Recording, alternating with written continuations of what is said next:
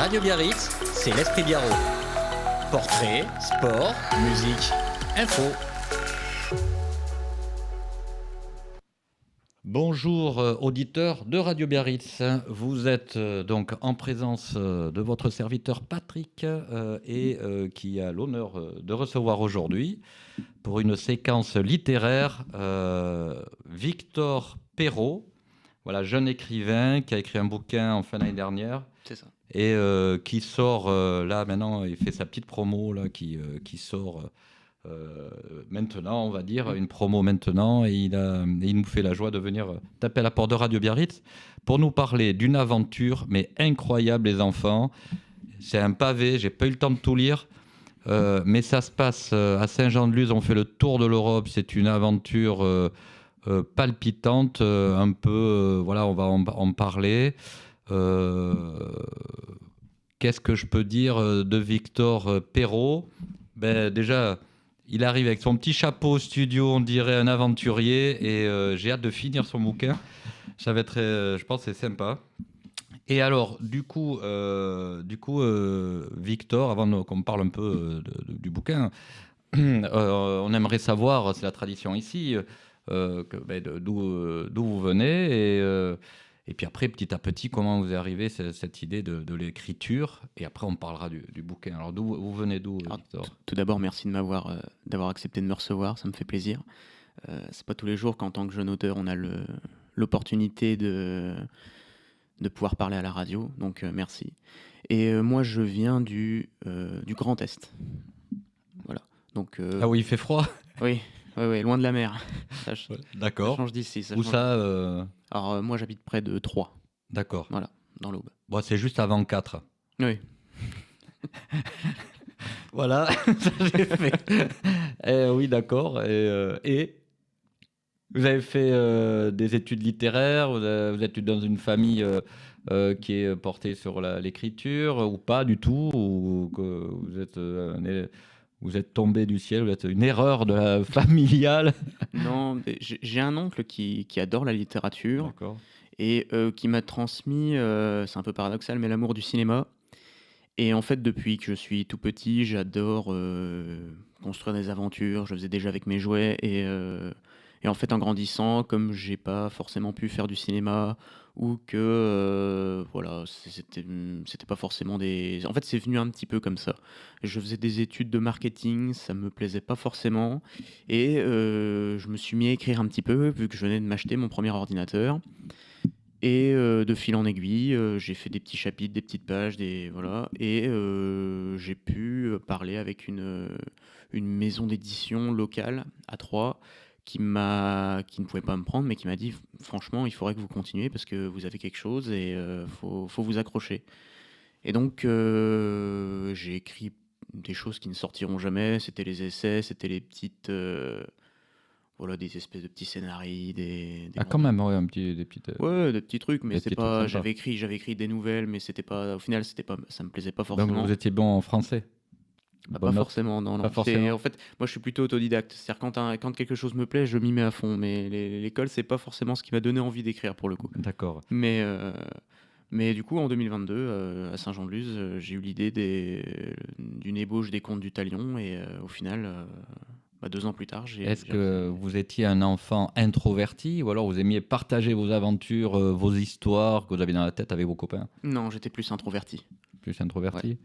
Ouais, c'est souvent des écrivains, ils vivent leur on va dire, j'allais dire leur fantasme, en tout cas leur aventure à travers l'écrit. Donc vous êtes, je suppose, aussi, peut-être, vous avez une petite passion pour l'histoire, parce que c'est un bouquin qui a l'air assez documenté quand même. Oui, bon, c'est pas un livre d'histoire à proprement parler. Moi, j'aime l'appeler une ouverture sur l'histoire en général. Mais oui, je trouve ça passionnant d'écrire sur les périodes historiques qui nous ont précédés et de pouvoir revisiter ces grands personnages. Dans mon roman, il y a par exemple Louis XIV, Marie-Thérèse d'Autriche. Il y a des grands explorateurs, il y a des personnalités historiques très connues, il y en a un peu moins connues, et c'est ça que j'aime bien, c'est de pouvoir prendre tous ces personnages, faire un espèce de mix et créer une aventure en se disant peut-être que le personnage a pu réellement exister. Bon, là c'est un petit peu comme vous disiez du domaine du fantasme, Mais je trouve ça vraiment, vraiment enrichissant et puis il y a pas de point négatif. Alors, ok, on va aborder le sujet du roman. Donc, on a compris que vous étiez quand même sensible à l'écriture, une enfance, voilà, on ne va pas dire solitaire, mais solo. Vous aimez bien vous retrouver en écrivant des petits écrits comme ça. Et on vous a encouragé toute votre vie. Et que le marketing, c'était pas votre truc. Et que du coup, vous vous êtes mis à écrire. Et donc, ça a dû mettre quand même un petit moment pour penser une histoire aussi imposante. Parce que c'est un bouquin, mesdames et messieurs, qui fait combien de pages 300, la joie. 427, il me semble. 427 mémoire. pages. C'est magnifique, on dirait, franchement, c'est un livre d'aventure incroyable. Déjà, il y a le mot Saint-Jean-de-Luz derrière. Déjà, là, on doit tous l'avoir, ne serait-ce que pour se tenir la tête sur la plage, mais quand on est en forme, on le prend, on le lit et on va voyager. Et donc, du coup, est-ce que, là, on va commencer peut-être pour savoir, pour comprendre ce qui a inspiré, en fait, ce roman, ce qui a inspiré la création des personnages. Est-ce que c'est d'inspiration, on va dire, personnelle? Est-ce que vous êtes inspiré sur des choses vécues, voilà, ou pas? C'est un petit peu un mix de tout, en fait. C'est inspiré de choses que j'ai ressenties, que j'ai vécues, mais c'est aussi inspiré beaucoup d'autres visions artistiques de livres, de films ou même de musique, de jeux vidéo qui me passionnent. Et j'ai pris tout ce que j'aimais et tout ce que ça me faisait aussi ressentir et mes expériences et je les ai mis dans ce livre. Est-ce que le héros Arthur de Sartre, hein, c'est bien ça? C'est ça, oui. Est-ce qu'il vous ressemble? Je pense que oui, on a beaucoup de choses en commun. J'y ai mis beaucoup de moi dans ce personnage, mais après, on est quand même différents sur plusieurs points. Je peux pas trop en dire. Alors, parce que bon, ça s'appelle quand même le livre, je ne sais pas si on a dit le titre, mais ça s'appelle Les Contes du Talion. Hein, donc du coup, derrière, on a l'impression qu'il y a... Après, j'ai vu qu'il y avait un tome, c'est le tome 1. Oui, voilà. il y en aura plusieurs. Le mirage d'Arthur de Sartre, donc le héros. Donc, les Contes du Talion, pourquoi Talion? Parce qu'il y a une vengeance derrière, il y a oui, quoi? Il y a une grosse histoire de vengeance. Personnelle? Justement, en fait, c'est du personnel, mais qui va vers un objectif d'aider tout le monde. Et c'est peut-être ça un petit peu ça m'est venu en me disant que peut-être j'aurais aimé un jour avoir de l'aide dans certaines situations et je me suis dit ce serait bien qu'il y ait une espèce de confrérie qui soit là pour aider les gens dans l'ombre, comme un petit peu des bienfaiteurs. Bon, ça a été fait, je pense qu'il y a beaucoup de sagas, que ce soit fantasy, historique, qui ont fait des choses comme ça. Mais justement, je voulais amener un petit peu ma patte et ça démarre par un homme seul. Et ça va arriver sur une ouverture de plusieurs autres personnages, sur des réflexions sur la solitude, sur l'estime de soi, sur comment mener sa vie à bien. Donc voilà. Donc il y a un climat historique, hein, mais aussi fantastique. Et donc du coup, on peut, disons, moi je m'interroge, du passage à je suis du Nord, j'ai une aventure qui démarre à Saint-Jean-de-Luz. Après, on va voyager. C'est vrai qu'on va voyager. On va parler de voyage aussi avec vous, si vous le permettez. Et du coup, vous arrivez à mélanger tout ça avec du fantastique, des démons, des choses comme ça. Donc, qu'est-ce qui vous a pris par la tête d'associer Saint-Jean-de-Luz, vos voyages, l'histoire, les démons? Il y a très peu de démons en réalité. Ce qui est davantage exploité, on va dire, dans le livre, c'est plutôt le monde onirique. Les rêves, ses représentations, ses peurs. Donc, il y a un petit peu de fantastique. Il y aura plus de fantastique dans les suites. Je vais essayer de développer un petit peu cet aspect, sans pour autant trop en faire. Je voudrais que ça reste quand même avant tout une saga historique. Mais c'est surtout sur des peurs. Les rêves, c'est fantastique. Donc les peurs vont prendre en réalité la voilà, suite. dans une certaine manière, oui, il y a des peurs qui vont surgir et prendre vie. Oui. D'accord. Alors juste, on va passer là parce que j'ai vu si vous avez un compte Instagram, hein, oui. Instagram que là on voit à côté de nous, voilà, et on va passer, comment ça s'appelle, une petite bande annonce, on va dire, parce qu'en fait ce bouquin il a été relu depuis l'année dernière, revu. revisité, il a été rebooké, comme vous dites. C'est On va regarder votre petite bande-annonce là, à côté de nous. J'ai trouvé ça sympa. J'espère que le son ne sera pas trop fort. On va le baisser un petit peu d'ici. Voilà. Allez, c'est parti. Ah, elle est pas au début. Ah, elle est pas au début. Ah ben écoute, alors là, C'est pas mis au début. on a l'auteur qui nous corrige. C'est parti.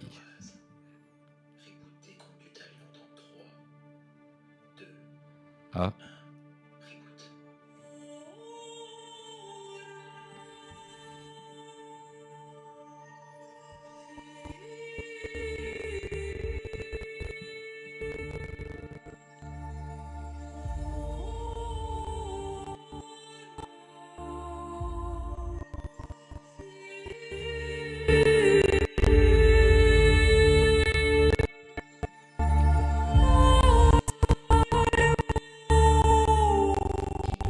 J'ai plus de vengeance. C'est juste. Voilà, bon. Ok. Hop, voilà, on se remet en pleine phase. Je sais pas si ça s'est bien passé, mais en tout cas, voilà, il y a un petit travail de mise en. On sent un peu l'univers qu'il y a derrière cette petite bande-annonce du reboot du bouquin. Donc du coup, c'est un bouquin qui démarre à Saint-Jean-de-Luz. Alors qu'est-ce qui fait que le petit gars du Nord, de Troyes en fait, descend à Saint-Jean-de-Luz et s'inspire en fait de cette ville magnifique? Alors moi, j'ai eu la chance, enfant, d'aller à Saint-Jean-de-Luz très souvent. Bon, plutôt souvent, mais... Et en fait, j'ai toujours aimé cette ville. En fait, Saint-Jean-de-Luz, c'est une ville, on a presque l'impression d'être voilà, la Renaissance, où ça n'a, pour moi en tout cas, ça n'a presque pas bougé. On pourrait presque s'imaginer voilà, voir Louis XIV sortir de l'église. Et c'est chargé en histoire. Carrément. C'est magnifique. Ouais. Et en fait, je m'y sens bien. La plage est belle. En plus, ce que j'adore à Saint-Jean-de-Luz, c'est que partout, il y a des petits panneaux qui expliquent voilà, alors par ici, vous aviez un ancien quartier qui a disparu en 1703. Ici, vous aviez un ancien orphelinat ou alors un couvent. Et c'est devenu ça en telle époque, à telle année. Et j'adore ça, vraiment. Je trouve ça passionnant. Et du coup, bon, Louis XIV, la maison de l'Infante, tout ça, vous voyagez un petit peu, vous faites un tour de Saint-Jean-de-Luz dans votre ouvrage? Alors, Saint-Jean-de-Luz, oui, je le décris, bon, pas forcément comme il était à l'époque, parce que c'est pas forcément facile de trouver des documents d'époque sur comment la ville était exactement. Mhm. En tout cas, à mon niveau, parce que bon, pour le coup, comme je suis tout seul, je fais les recherches tout seul, je trouve les documents tout seul. Donc, c'est pas forcément très simple. Mais j'ai décrit une ville qui ressemble un petit peu à celle qu'on a aujourd'hui.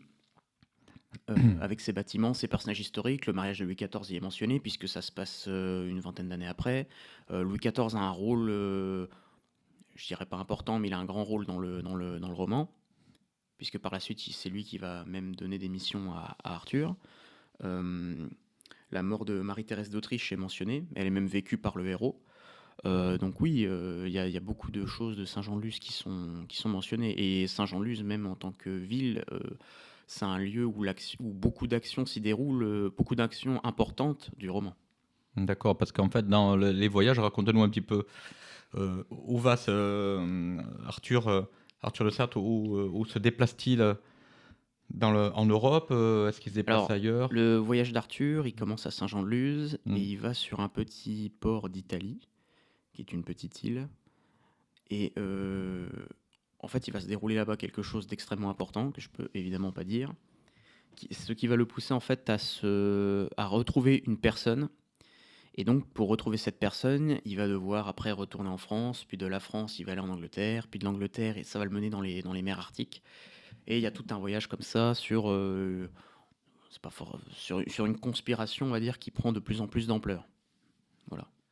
D'accord, une conspiration, donc ça devient, c'est on a l'impression à la fois dans les mousquetaires et dans les, c'est quoi, est-ce qu'on peut trouver une inspiration quelque part?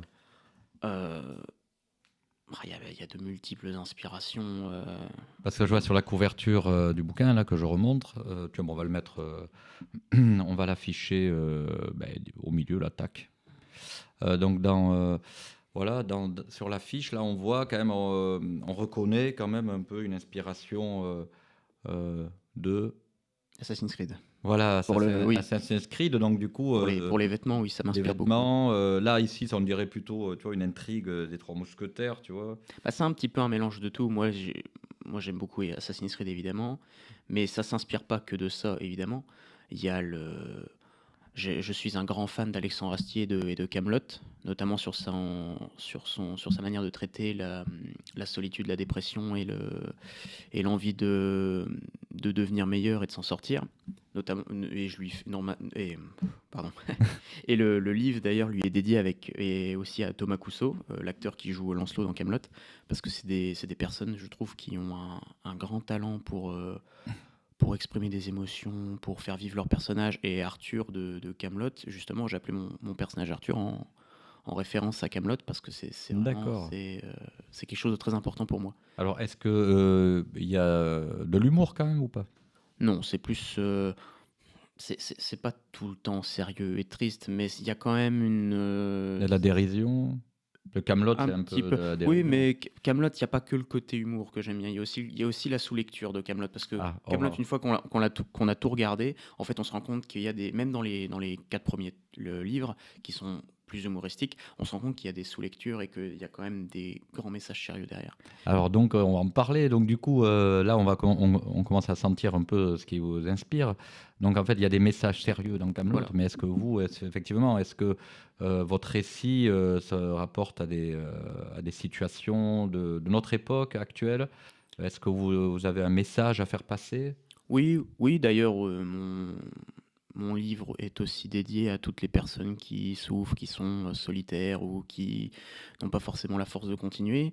Et c'est une histoire sur quelqu'un comme ça, comme on a pu peut-être tous l'être à un moment dans notre vie, se sentir mal, sans espoir.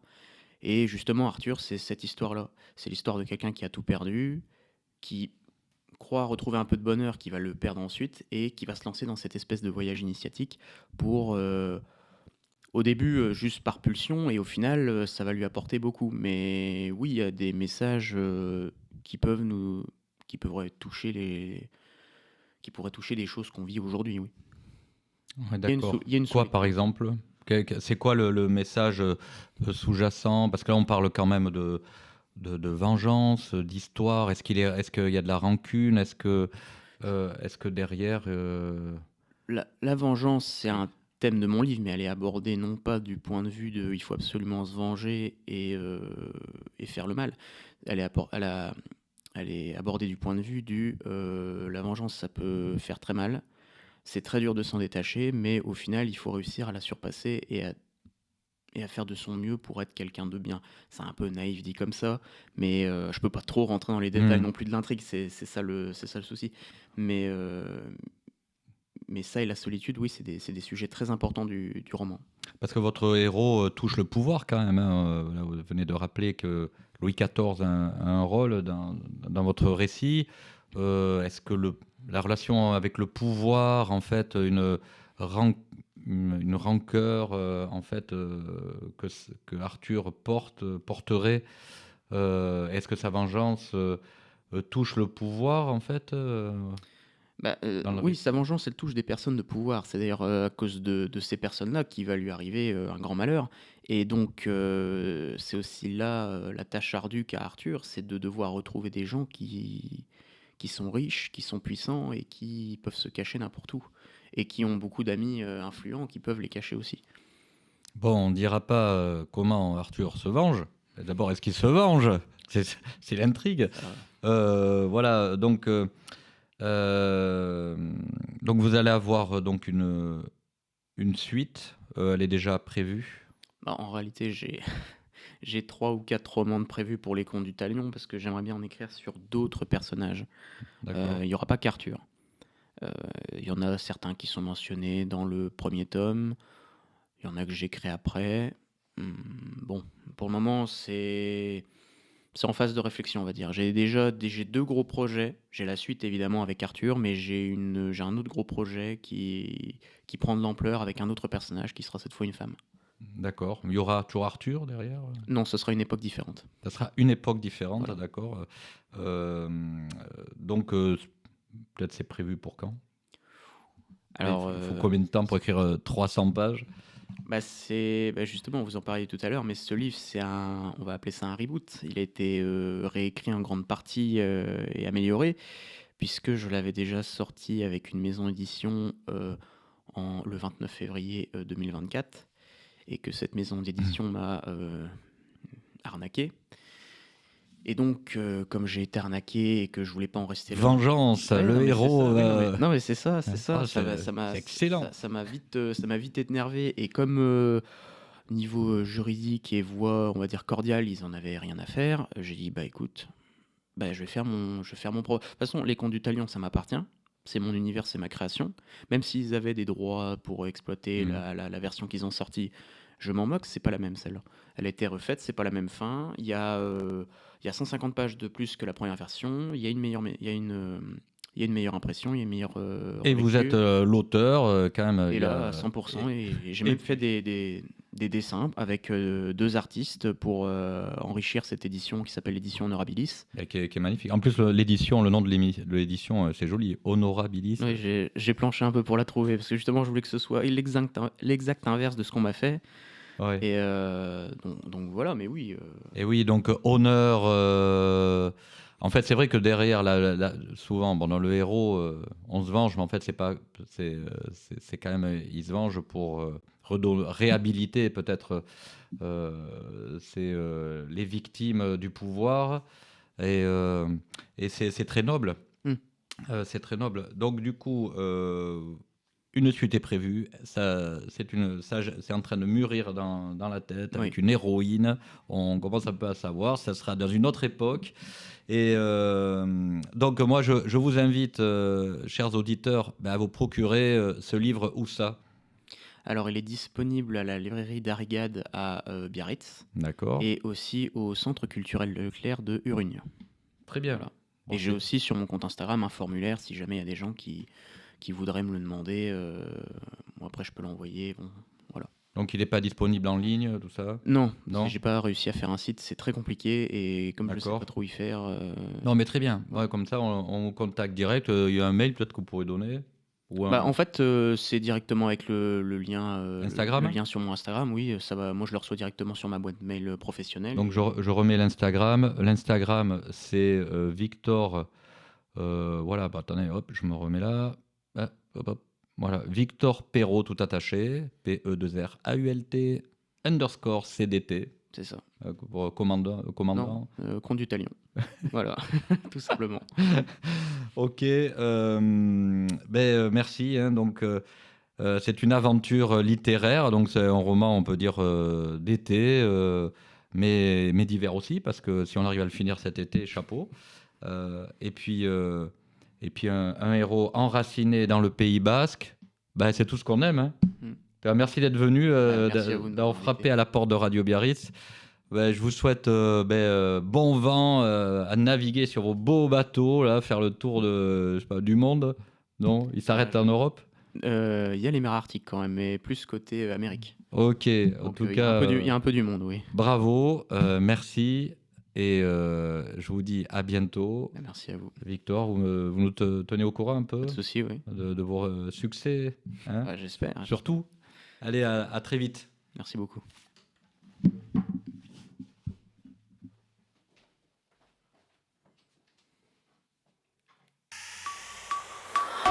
Radio Biarritz, c'est l'Esprit Biarrot.